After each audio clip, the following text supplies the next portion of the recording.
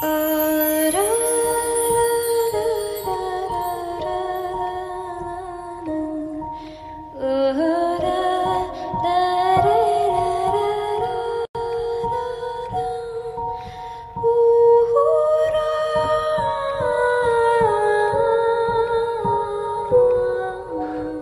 menjadi tenang. Keheningan yang mencekam melanda Huasan. Tidak ada satupun yang membuka mulut mereka. Tidak ada satupun yang bergerak.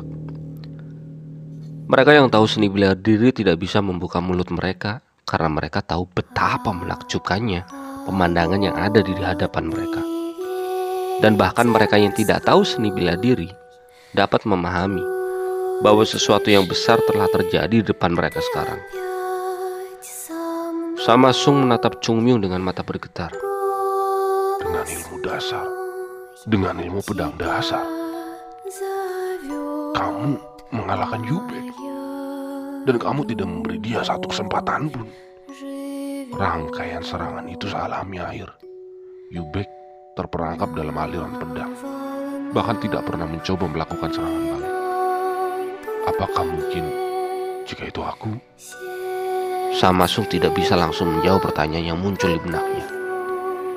Jika ingin mengalahkan Yubek dalam waktu singkat, itu adalah sesuatu yang bisa dilakukan Sama Sung sebanyak mungkin. Namun, itu adalah masalah yang sama sekali berbeda untuk menaklukkan lawan tanpa memberinya waktu untuk melawan dengan ilmu pedang dasar saja. Bahkan, jika seseorang 2 kali lebih kuat dari Sama Sung, dia tidak dapat menjamin bahwa dia dapat melakukan hal yang sama seperti yang Chung Myung lakukan.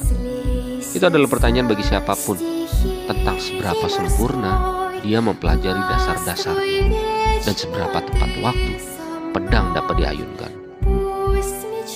Great Roots. Untuk memparafrasekannya dengan kasar, ini adalah akar raksasa. Cabang tidak akan menjulang dan batang tidak akan menebal jika akar yang menahan semuanya dengan kuat di tanah yang tak terlihat tidak menancap dengan kuat. Apa yang dia lakukan? Ada arti lain dari akar besar, bahwa anak itu akan tumbuh menjadi pohon raksasa, menjadi pohon besar yang akan menutupi semua Huasan ini. Kemudian suara yang dingin dan tajam menembus telinga Sama Sung. Dan mata Sama Sung bergetar melihat Chung Myung. Chung Myung menatap mereka dengan pedangnya di depan mata yang terlihat. Kita harus menghentikannya sekarang juga. Inilah kesempatannya. Jika Chung Myung tumbuh seperti yang dia pikirkan sekarang, Jongnam mungkin suatu hari nanti berada di dalam bayang-bayang anak itu. Baiklah, ini sama seperti di masa lalu, ketika dia, Supreme of Plum Blossom, masih hidup. "Ayo, tetua!" Hah? Baru saat itulah Sama Sung yang sadar melihat para murid memenuhi sekelilingnya dan mengatupkan giginya. "Tetua, izinkan aku keluar. Aku akan maju dan menjatuhkannya dan membiarkan orang-orang Huasan mengetahui tentang seberapa berat permasalahan ini." Cara dia melihat Chung Myung tidak sebanyak seperti aku melihatnya. Kekuatan Chung Myung tidak terlihat oleh Jung Seohan yang sekarang. Seohan, "Ya, tetua." jangan biarkan dia menang dengan mudah. Buat dia kelelahan. "Hah?" Lakukan saja seperti yang diperintahkan. Jung Seohan yang kembali menatap Sama Sung dengan mata penasaran mengangguk. "Baiklah, aku akan pergi sesuai dengan perintah." Sebuah nafas panjang dihembuskan oleh Jung Seohan. "Baiklah, aku harus waspada. Aku tidak boleh memandang rendah lawanku. Dan aku tidak boleh terlalu percaya diri.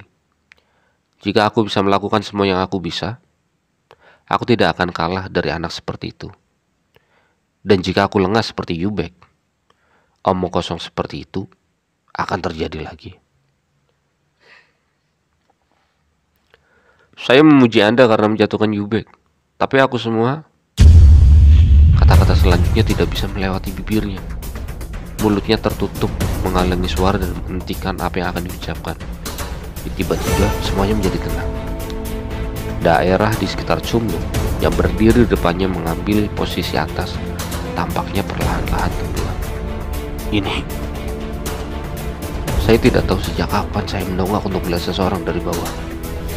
Namun, energi yang dirasakan dari Chung Yung yang berada di depannya adalah sesuatu yang belum pernah dialami Jong Seo-han sebelumnya. Aku tidak pernah memiliki perasaan ini dari Jin Gong-ryong, bahkan tidak dari guru. Air liurnya yang kering melewati kepalanya. Otot-otot seluruh tubuhnya tertarik dengan kencang. Hanya dengan melihat Chung Yung menghadapnya, tubuhnya secara otomatis memperingatkan betapa bahayanya orang yang berada di depannya. Mata setengah hati Chung Yung menatap Jong Seo-han. Untuk sesaat, Jong Seo-han mengangkat pedang kayu dan berpose. Semua pikiran lain yang memenuhi kepalanya menghilang. Hanya dia dan Chung Yung yang tampaknya ada di dunia. Pada saat itu, ayo mulai. Chung Yung mengambil langkah lambat. Meskipun itu jelas merupakan langkah yang lambat, tubuh Chung Yung dengan cepat mencapai bagian paling depan dari Jong Seo-han.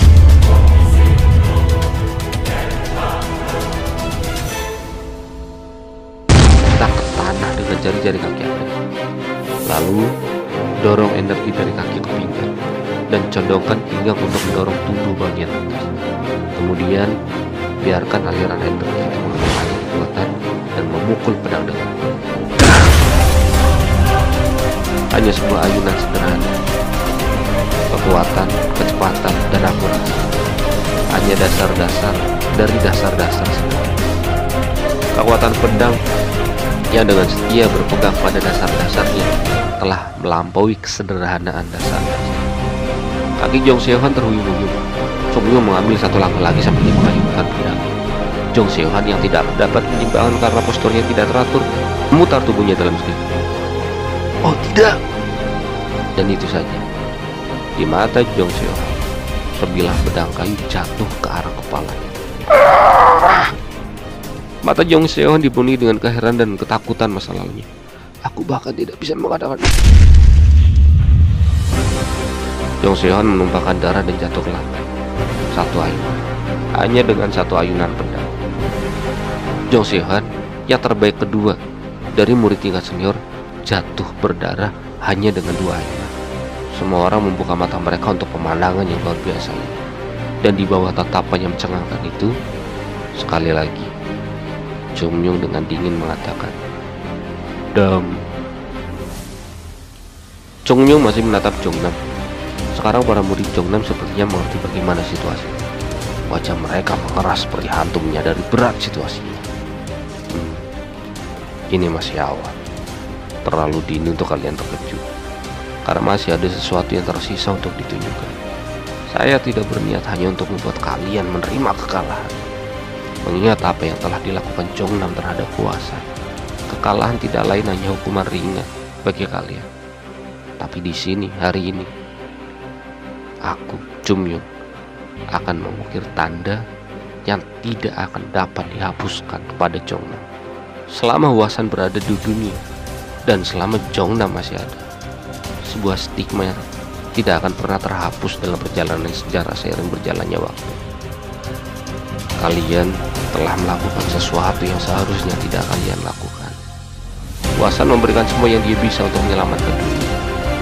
Meskipun Chung Yung juga turut dibujuk untuk berperang, tetapi saudara-saudara seperguruannya mati terbunuh di puncak 100.000 untuk menghalangi iblis surga Chung Yung.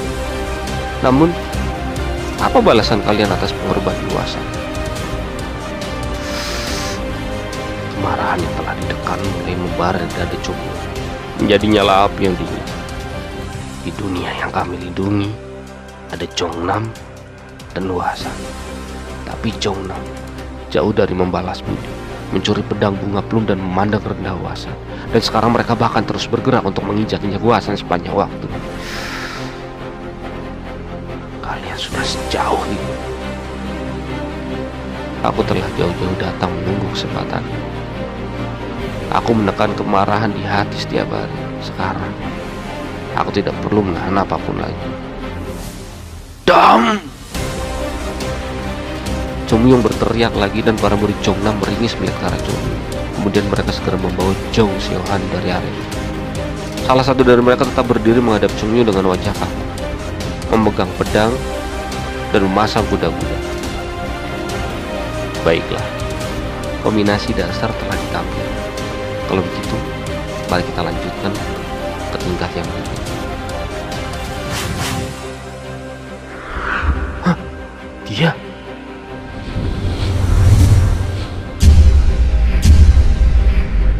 Teknik kelopak bunga jatuh.